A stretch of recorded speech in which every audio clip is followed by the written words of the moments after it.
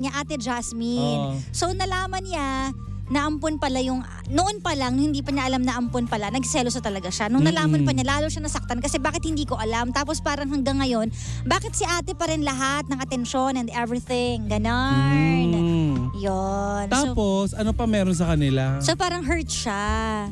Ganon. Ikaw ba? Nga pala, bago natin pag-usapan Bakit wala akong camera? Kaya nga hintayin natin yung itsura ng Tita Cora. Kami, ang tirik po kasi ng araw ngayon kasi summer, Yes. di ba? So hot in here. Naka-summer kami ngayon. Live tayo ngayon sa Yes. Facebook. So kung gusto nyo kayo makita with our shades, punta na kayo sa Energy FM. Yes. Oy, ayun nga. So, ampon Ampon yung ate niya. Jasmine niya. Tapos naiinggit siya. Oo. Kasi lahat ng atensyon nasa Nandoon. ate niya. Oo. Alam mo, ako napapaisip din ako.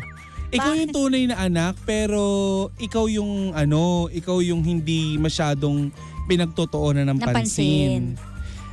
Alam mo kasi ganito yan. Sige. Hindi kaya may something sa'yo na hindi gusto ng magulang mo. Uy, grabe ka. Diba?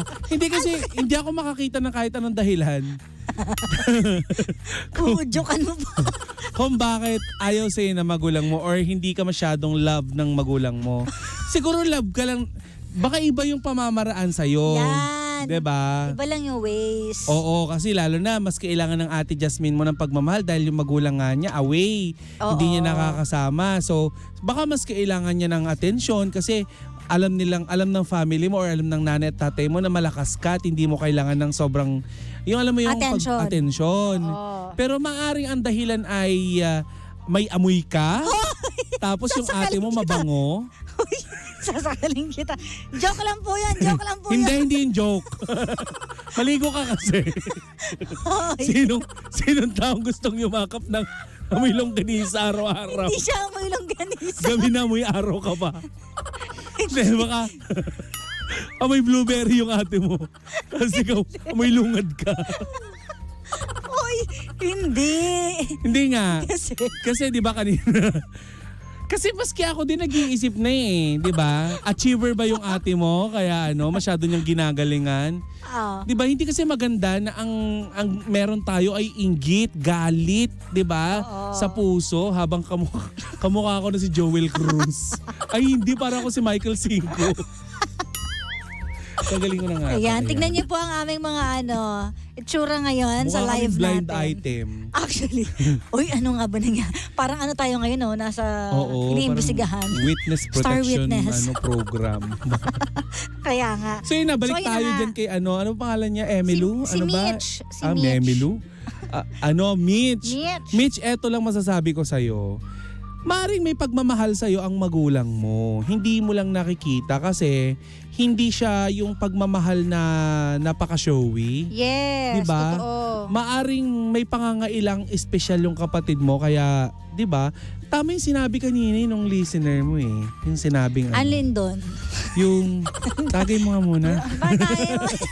Hindi tama yun na maaari ang dahilan kung bakit pinagtutuunan ng pansin etong ate mo ay dahil nga pinupunan ng magulang mo yung kakulangan. Yung kakulangan, alam mo, totoo yan, naniniwala ako dyan. Ang mga magulang, alam nila sa mga anak nila kung ano yung mga personalities niyan. Ito, kulang sa ganito. Ito, kaya naman niya So, kadalasan kapag nafe-feel ng magulang na ito, strong, independent, and kaya nitong sarili nito, hindi na nila inaano kasi kaya naman niya Doon siya nagfo-focus sa mas kailangan. Oo. Naalala mo yung movie na Four Sisters in a Wedding? Yes. Di ba may ganun silang eksena na Oo. parang nagsiselos yung si Alex ba yun? O basta si Tony Gonzaga. Nagsiselos si Bea sa kanya dahil si Tony lahat ng atensyon na sa kanya. Pero ang sabi ng nanay nila, kaya daw niya pinagtutuunan ng pansin itong si Tony Gonzaga kasi nga mas kailangan niya ng atensyon dahil nga sila Bea Alonzo, Kaya malalakas ang loob nila. Yun. Maaaring yun ang dahilan. Baka kapag Oo. nakakita ka ng tao, kumakahul ka. Sobra na ba yung kumakahol? Sabi niya, yung anak ko parang guard dog. Grabe. Kaya na niya yung sarili niya. Hindi ko kailangan alagaan. Grabe siya. Di ba? Baka masyado ka matapang, di ba? Oo. Hindi ka nagpapalambing. Paano ka naman lalambingin ng magulang mo? Palapit pa lang sila, bigla ka ng Pero nga sa magkakapatid yan yung nagiging issue madalas. At Ikaw kapag ba may ganun kayo, inggitan? hindi ako naiinggit eh. Talaga? Never kung naramdaman yung inggit. Pero sa inyo, di mo naramdaman na mas gusto nila yung si Jella, ganon? Ha? Oh. Anong paanong Hotdog. nagustuhan? hindi ka nagselos kay Jella. Issue ka. Hindi nga, hindi issue, tanong. Hindi, may ganon. May mga naging ganon kayo na ako mas kasi pinapaboran yung kapatid mo, ganon. Hindi kasi hindi ako naiinggit sa kapatid. Alam mo kung bakit? Kasi ewan ko, parang feeling ko, parang ako din yung mami nilang lahat na binibigay ko din kung ano yung meron ako, gusto ko meron din sila. So hindi ako nakaka-feel ng inggit. Ever. Kasi So mami ka ng mapagmahal ako lahat. sa kapatid. Pinadede mo si Mami Jo. Ha? Sobra ka naman. Pero ang na-experience kong ganyan is di ba si Isaac? Oh. Namin, galing sa nature. So, parang Sa kanya yung atensyon. yung atensyon ko, sobrang lambing ko sa kanya. So, minsan sasabihin ni Kayla, ang soft naman ni mami ka kay Isaac, mas soft siya doon. Ganon. Ako naman, kaya ganon ako kay Isaac kasi nga, kulang siya sa atensyon, tsaka sa pansin, tsaka medyo kakaiba yung niya, kilos. Hindi naman siya sinasakal nila Kayla. Hindi naman. Hindi naman. Kasi alam mo, ako, bilang naranasan ko kasi yan, ano pangalan niya ulit? Nakalimutan Si ko na. Mitch. Mitch, naranasan ko yan sa bunso namin kapatid, Kanino? si Jeff. Okay, doon ka nagselos. Oo. Kasi lagi nilang binibili ng kung ano-ano. Oo. Ngayon ko lang to sasabihin na. Hindi ko May to nilabas pag-amin ng pa. matagal na panahon. Sige, anong gusto mo sabihin? Na dati, gusto ko rin naman talaga na yung atensyon nyo nasa akin. Alam ko naman na sobrang mahal nyo. Gawin mo, pagbagyo. Si Jeff na sa loob natutulog na yakap-yakap ng nanay namin. Malakas yung bagyo. Samantalang sa akin, tinatali yung bahay sa labas para hindi liparin. Ba? Pag may mga handaan, si Jeff kumakain na. Tapos? Ako nagluluto pa. Oh. Tapos, sa amin, si Jeff lagi travel kasama nanay namin. Ako, hindi ako sinasama. Hindi daw ko kasya sa CR ng eroplano. Oh my gosh. Sabi ko, masobra ka na. Ngayon ko lang to aaminin. Oh. Ako nagtangkang lumason kay Jeff. Sorry. Anong gusto mo sabihin sa mama mo? Mama ko, Anong mensahe mo? Sorry. napatawad na kita. Sorry, thank you, and goodbye. Hindi. Bakit may goodbye? Oo, goodbye. Patawad na kita. Salamat sasabi ko sa'yo. Agsama kayo mag-ina. Grabe naman yun. Hindi, totoo.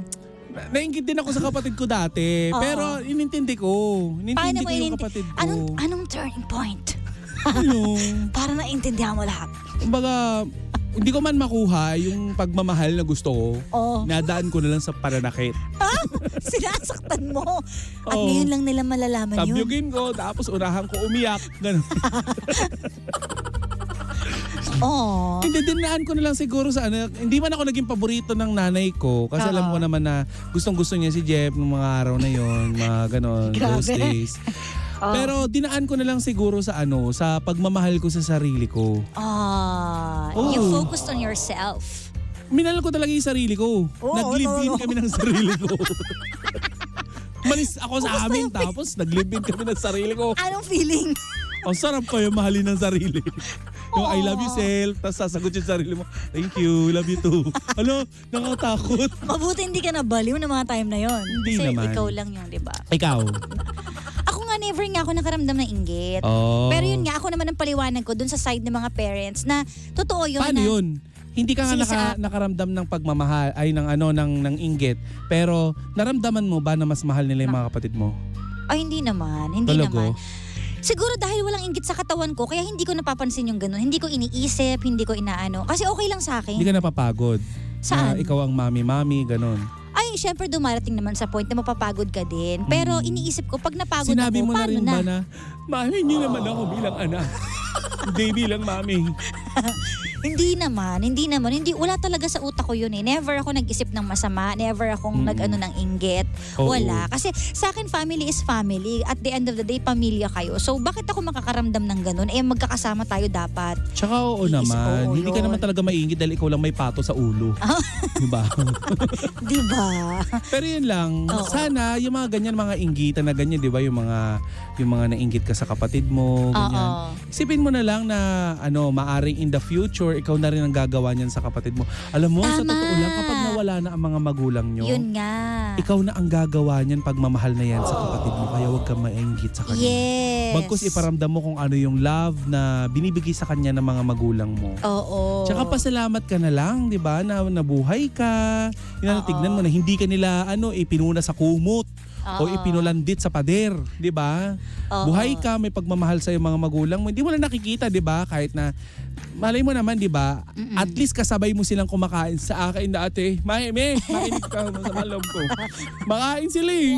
Oo, tapos. Nagising lang nila ako sa baba ng pagkain. Uy, grabe naman. Baka sabihin minaltrato ka. Sabi ko Lagot lang, ka sa mama mo. meow. Laking pusa. Laking tabang pusa. Diba? Yun. So, May kanya-kanya kasi ang mga nanay at saka mga tatay ng expression or paraan nila kung paano nila ipapadama yung pagmamahal nila sa iyo, 'di ba? Totoo. Kaya minsan naiipit din yung mga magulang kasi hindi nila alam kung paano. Pero syempre, si Mitch, nakakaawa din naman kasi nakakaramdam siya ng feeling niya. Hindi siya mahal, mas less na-appreciate siya. Huwag mong isipin yun, Mitch. Maganda kausapin mo ang magulang mo. Ilabas mo yung nararamdaman mo. Kasi hanggat andyan yan sa puso mo Kausapin mo at sila. iniipon mo, mas mahirap. Oo. Diba? Sabihin mo nararamdaman mo. And sana wag din masyadong maging sobra kasi minsan may mga magulang din. Halimbawa sa magkakapatid, Oo. ikaw pwede kang gumala ng gumala pero ito hindi pwede. Dapat yung wala ding injustice dapat fair din kayo sa mga anak nyo. Tama na yung magbigay kayo ng special attention dun sa nangangailangan pero i-fair nyo din naman yung mga rules nyo sa lahat, di ba? Kung yun yung paninindigan nyo at prinsipyo nyo at paniniwalaan nyo, kung ano yung para sa panganay, dapat ganoon din sa anak kasi nakikita nilang dalawa yan eh. Oo. Di ba? Yun lang naman yung suggestion ko. Minsan tanungin mo din ang sarili mo kung ano Ayan bang mali. Kasi baka mamaya may mali. Ganyan. May mali kung bakit hindi ka masyadong nakikita ng mga magulang mo, mga ganyan. Mag-usap Diba? talaga kayo kasi yan yung makakasagot ng lahat, di ba? Ma, kailangan ko din ng... Minsan yakapin mo yung nanay mo. Gusto ko nito. Hindi niya naman Oo. binibigay sa akin yung mga ganon. Oo. Oo, di ba? Tsaka feeling ko, kasi dahil naunang maging anak si Jasmine, bago pa Oo. dumating si Mitch, syempre kapag unang anak, aminin na natin, iba talaga yung parang essence of, nagkaanak kami. Siguro nung, ewan ko lang ayaw kong gumawa ng kwento, pero malay mo before, gusto talaga nila mag-wish magkaanak so hindi, or nagkataong yun yung unang blessing na sanggol na dumating sa kanila, kaya sobra nilang minahal. Diba, yung unang putok ng ng wala akong ibig sabihin. I mean, yung kasiyahan. The beauty na Diba? feelings of Bandang Kara should not be reflected. I mean, unang putok ng feelings na, na-inspire ka, Anong tawag ng na-amaze ka, tuk, gano'n. Ganon. Wow! Di ba, dun sa unang anak. Kaya Yes. naibuhos na lahat ng atensyon. Alam nga namang, nung nagkaanak sila, babawasan namin to, wala namang ganun eh. Kinontinue lang nila. Siguro nagkakataon lang na tapos ito totoong anak naman, iniisip nila, totoo ka naman naming anak. Dahil tigilan natin yung kalokohan ko. Ang Maraming- dilim. Ako nga din eh. Ayan na, tama na. Ang sakit na sa mata ng mga... Teka lang. Meron ba tayong Diba? hihingian ng kuro-kuro sa linya ng ating May komunikasyon? tumawag na ba sa atin? Pwede kayong tumawag ako kung Oo. nakarelate kayo sa mga Anong kapatid tatawagan nyo. ng number? 8721-2429 or 7001-7949 or sa messenger natin, tawag kayo, Energy FM, okay? Oo. Yan. Meron ba? 5, 4. 3, 2. Nakakaloka tong si May Mitch. caller ba tayo? Pero dapat talaga ganyan. Sa mga nanay din at saka tatay, pag-aralan nyo din maging patas minsan sa mga anak ninyo. Totoo naman Hindi yung din. isa sipa kayo ng sipa doon sa isa. Oo. 'Di ba? Yung isa naman di nyo pinapalo, 'di Oo. ba? Kailangan bigyan nyo rin naman ng fair justice, fair treatment. Lalo na kapag yung mga anak natin na nakakagawa ng maganda, learn how to appreciate.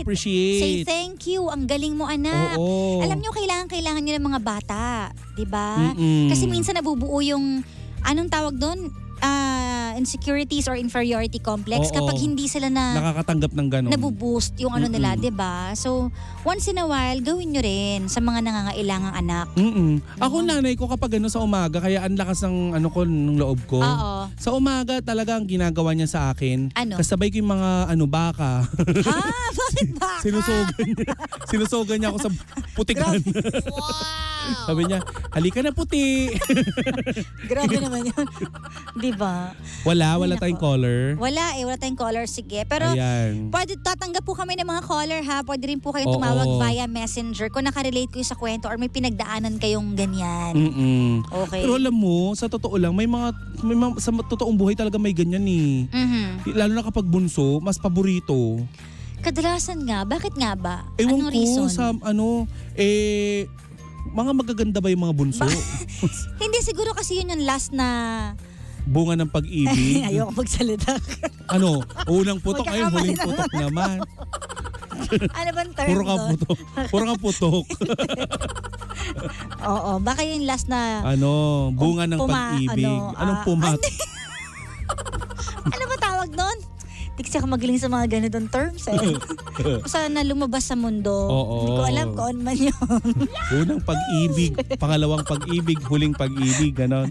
Oo. Pero yun, sa amin ngayon, parang, paborito naman yung bunso namin, ng nanay namin. Ayan. Oo, si Jeff, yung Oo, bunso. yung bunso namin. Pero, mas madalas hindi na siya yung katsikahan eh. Ikaw na. Oo. At Hindi least- rin naman ako paborito.